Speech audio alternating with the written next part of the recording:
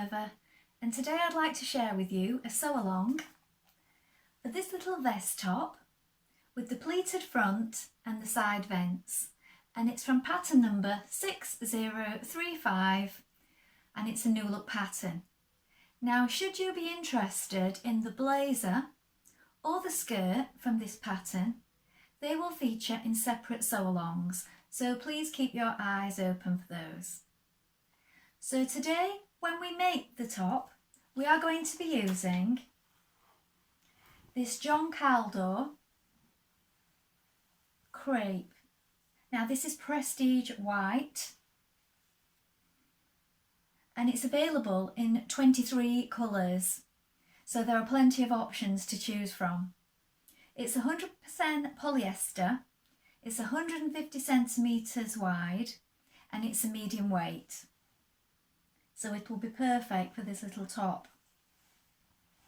Now, should you wish to sew along with me today, everything that you need will be featured in a bundle below. So all you have to do is click on that link. So you will receive the new look pattern, the crepe in the colourway of your choosing, and a matching thread. Now, while you're here, why not take a look at the Minerva Craft Club? With the Minerva Craft Club, you get 10% off all your orders for a whole year, and that includes anything that you buy with us today. So that's a really good deal. Also, why not create a free account? With a free account, you can connect with like-minded sewers from all over the world, share projects, ideas and inspiration. So it's a really good place to share your sewing hobby. And it's all completely free. So why not go and do that now? Now, before we begin making our top, we need to prepare our fabric. So wash and dry your fabric as you would normally. Don't skip this important step because this ensures that any shrinkage will occur now and not after you've created your beautiful makes. When you've prepped your fabric, you want to take your pattern and locate the sizing on the back. Take a tape measure and measure your bust, waist and hips to locate your size. Please don't go on your standard dress size because these can vary by quite a bit. They can also vary from pattern to pattern depending on what you're making. So please do measure yourself to ensure the perfect fit. When you've done this, we're ready to begin cutting our pattern pieces. So we are going to cut for version C, and we're going to go and do that now. Here are our pattern pieces for version C. So this is your front piece. You're going to cut one piece on the fold. Here is your fold line. Make a note of these notches. This is where you lengthen or shorten. And this is your waistline here. Also make a note of the small circle here. This is your back piece for version C. Again, you're going to cut one on the fold. Here is your fold line. Make a note of the notches and the small circle. Here is your waistline. And this is where you lengthen or shorten. Here is your neck binding, piece number 14. You're going to cut one on the bias, so you cut this diagonally. So please refer to the pattern layout. You're going to make a note of the notches and the small circles. This is your armhole binding. Again, you're going to cut that on the bias. You're going to cut two of this one. Make a note of these notches. And the reason you're cutting it on the bias is so that it's got some stretch. So the direction of stretch is this way. That's why we cut it on the bias. So now we're ready to begin making our top. First of all, you want to check your machine needle, check that it's sharp. I'm using a standard needle, a universal size 70. You always want to check your needle is sharp before you begin. You may want to test on a piece of scrap fabric just to check. And if ever your machine is feeling like it's not running quite right, the first thing to check is your needle. When you've done this, you want to wind half of your thread onto your spool so that you're ready. And then we're going to take our front and our back piece So what we're going to do is we're going to stitch around the neckline. So we're going to stitch from the shoulder all the way around the front to the other shoulder. We're going to do a line of stay stitching close to the edge on a long stitch. We're going to do this on the front and the back. So just close to the edge.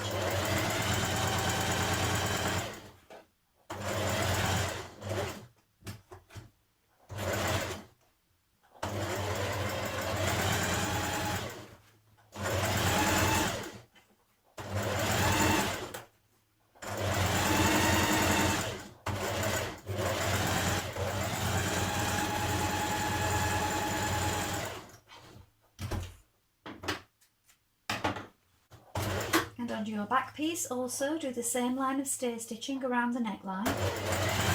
Now the reason we do this is for stability. It helps maintain the stability of the fabric at these points around the neck.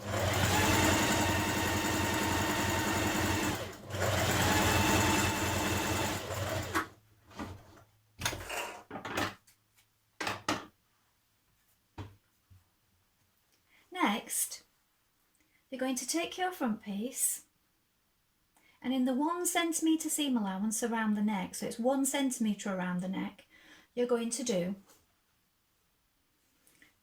a line of gathering stitching between these 2 notches. So on a long straight stitch again, between these 2 notches, 1 line of stitching, and then just inside that seam, next to that line of stitching, you're going to do another line of stitching. So you'll have 2 lines of stitching side by side, and we're going to leave the ends free at this end so that we can gather them.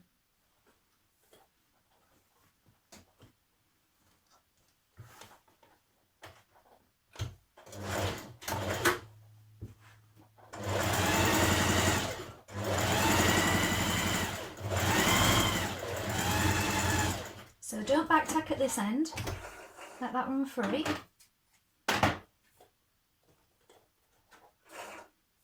And then just inside where you've just stitched, I'm going to do another row.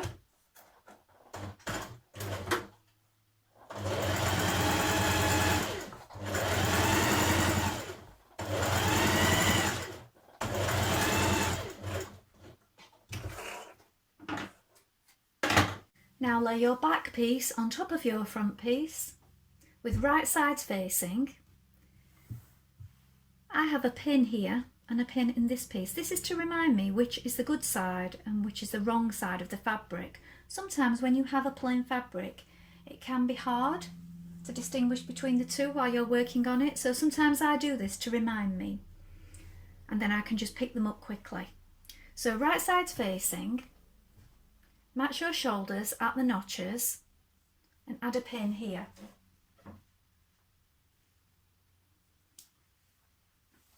Do the same on this side.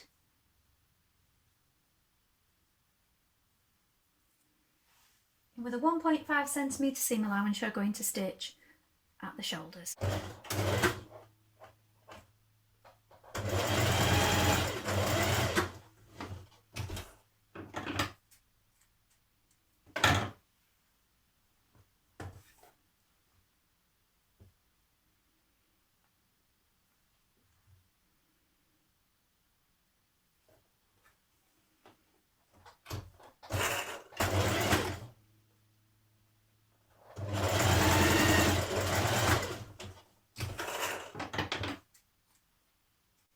Now stitch the centre back seam of your neck binding, bringing right sides together, matching these notches.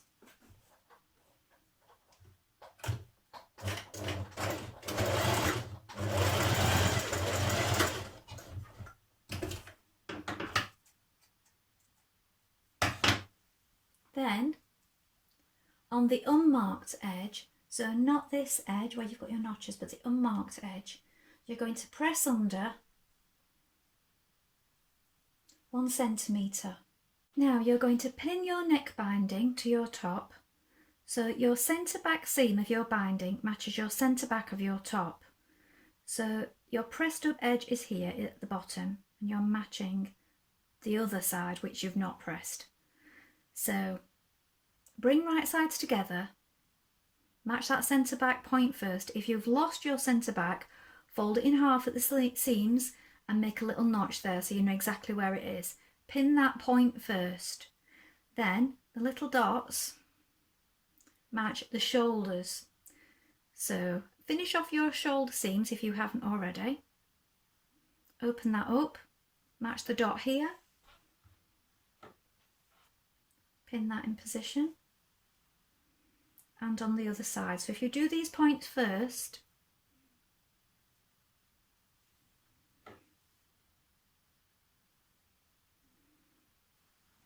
then you have your notches here.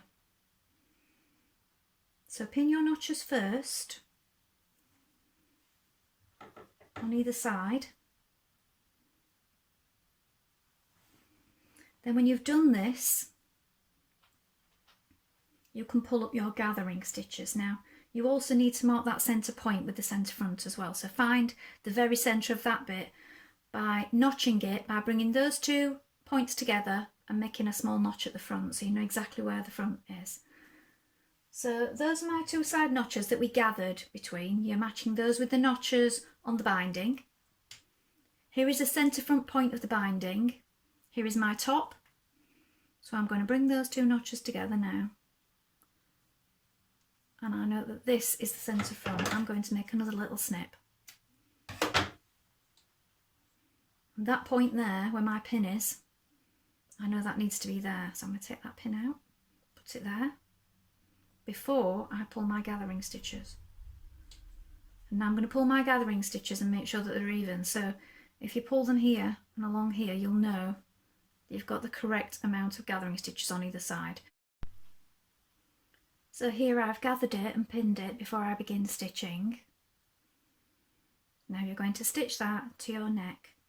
So it's a 1 centimetre seam around the neck. You may find it's helpful to trim away a little bit of the bulk here. Then I've just also etched that just for a little bit of extra sort of protection against fraying. You could do that here as well if you wish.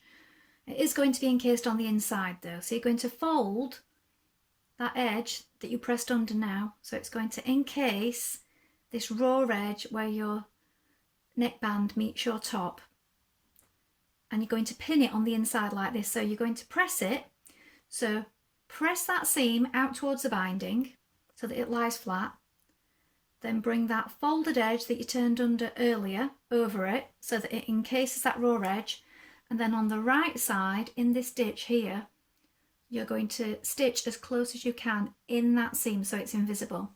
So you want to pin it on the wrong side, or if you don't want to use pins you could tack it in position with some hand stitches. So I hope that's all clear. So we're pressing this up first. This is your pressed under edge. This is going to come over this raw edge to seal it in.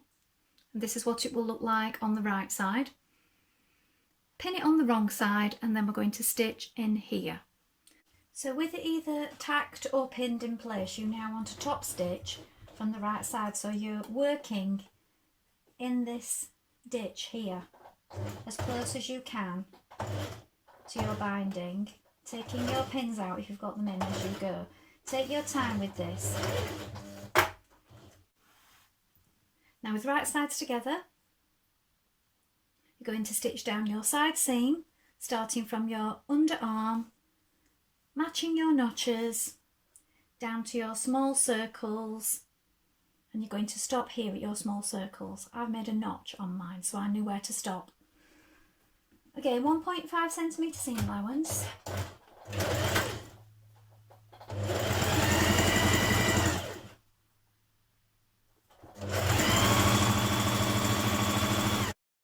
Now stitch your armhole bindings in the same way, stitching them together at the notches first of all.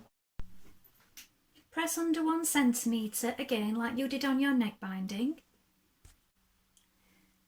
Pin your arm band around your armhole the whole way around, starting at the underarm. Match the centre point there where you joined it to the underarm seam. Find exactly halfway by folding it in half. Match this to the shoulder. and then pin it the rest of the way. You can pull on it a little because it does have some stretch. When you've pinned that in position, you're going to stitch it in. Do the same on both sides. So remember, at this point it's a 1 centimetre seam. Everywhere else is 1.5, but the neck binding and arm binding is just a 1 centimetre seam.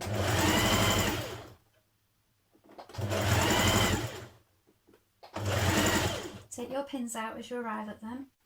Press up a 1.5 centimetre seam allowance at the bottom of your top, and then you're going to press under another 6 millimetres, and then this will enclose the raw edge and create a narrow hem.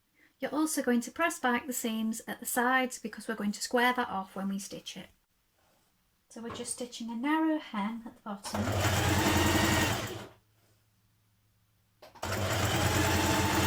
So we're just squaring off the sides when we reach them.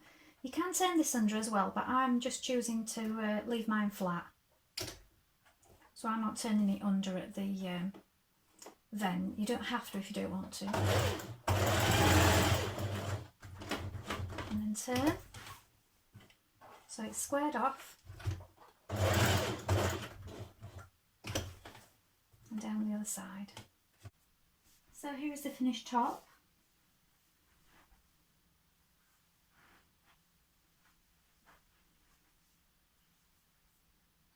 Side vents. Well, I hope you've enjoyed sewing along with me today. Have you sewn this pattern before? Please let us know in the comments below, along with any photographs. We always love to see what you've been making. Also, if you have any questions, pop those in the comments below and we'll do our best to help you in any way we can. Remember to like and follow Minerva to get more video content like this every week. Well, that's all for today, but I hope to be back with another sew along really soon. Thank you for watching. Bye for now.